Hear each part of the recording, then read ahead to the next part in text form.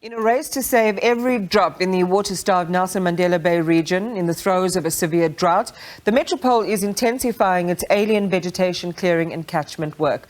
What's the intended outcome and what strategies is the region planning to enact to ensure that available water is preserved? Senior Director of Water and Sanitation, Barry Martin, joins us now. Barry, good evening to you and thank you for joining us. Which vegetation is being targeted for clearance and why? The vegetation, firstly, good evening to you and good evening to viewers.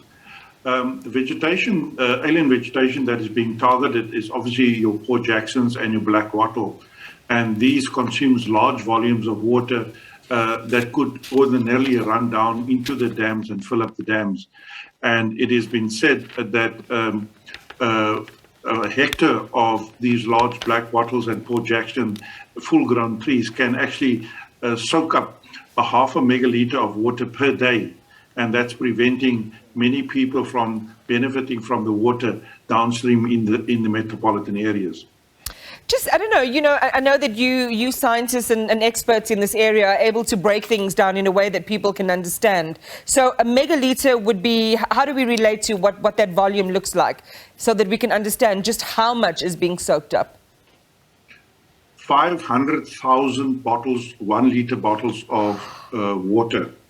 That's what is being soaked up on a daily basis by a full hectare of black wattle and Port Jackson.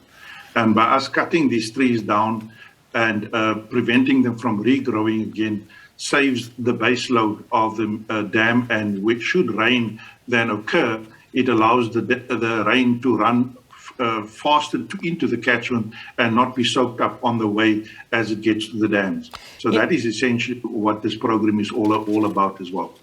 You know, Barry, I want to say but we're on television, so I'm going to keep it formal. That is an astonishing amount of water in the way that you have described it.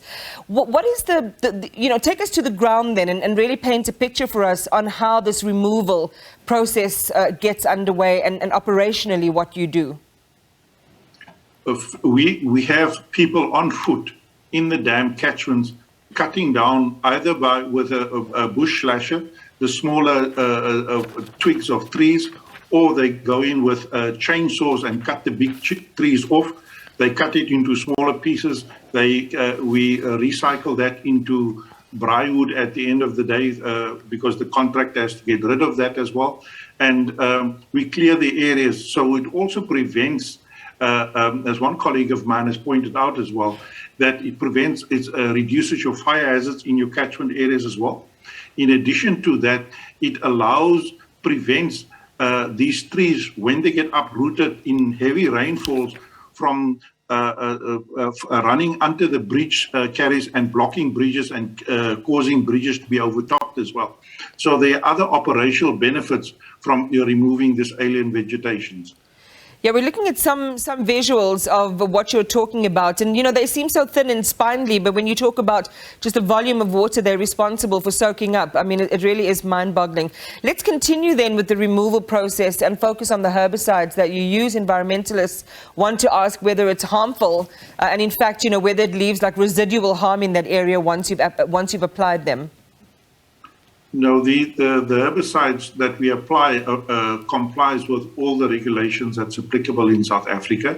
Obviously, there are gurus on that side of things as well. So we comply with those rules and regulation and don't use excessive pesticides and the like that could adversely affect the environment as well. So we stick to the rules of the game. So you've got the Mpofu Dam, the dam whose levels are at their lowest historically, and it's also been encroached upon by the alien trees. I know one of the other areas as well, the other dams, the Churchill Dam, is also at risk. How much of a risk is that to the water that remains there? Of course, you spoke about, soaking up, but we understand that there is an existing threat because those dam levels are below, I think, even the 13% mark. They're hovering at around 12% capacity at the moment. Yes, the Mpofu Dam is sitting at 6.91%, and we can't take the water out of the dam via normal means. We have to float a barge on top of the dam water and extract the water from there and then pump it into the intake tower. That is how low the dam levels are. And as the screen showing all the alien vegetation that is now preventing from sucking up all water. So any little bit of rain, maybe 1 or 2 millimeters of rain, it doesn't get soaked up by this vegetation, but is allowed to run into the dam. So that is our main plan and target of removing this alien vegetation. And also, they are not indigenous to the area as well. We're looking at the same visuals you're looking at, and they seem prolific, these alien species. How do they get there in the first place? This is historic, and you know, when you look at the Cape Town, especially the Port Jackson, the Cape Town, they were imported to stabilize sand dunes and the like. And obviously, they have taken over certain areas.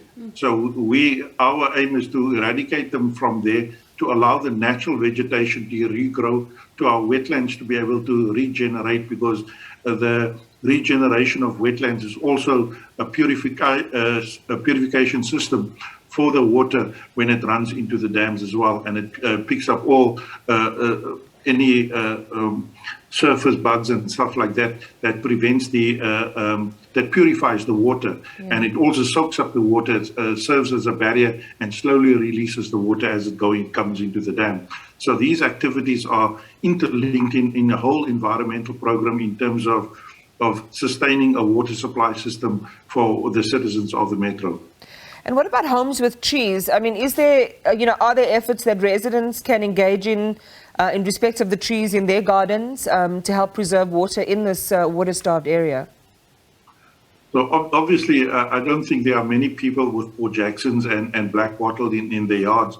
So we would encourage the growth or the use of your specboom trees and indigenous shrubs that do not take a lot of water, that are resilient to the kind of weather of South Africa, and therefore, if you need to water them, use your rainwater harvested from rainwater tanks, or recycle your wastewater from washing machines and the like. And these are good to be used in your gardening activities as well. Barry Martin, thank you for talking to us tonight. He is the Nelson Mandela Bay Water and Sanitation Director.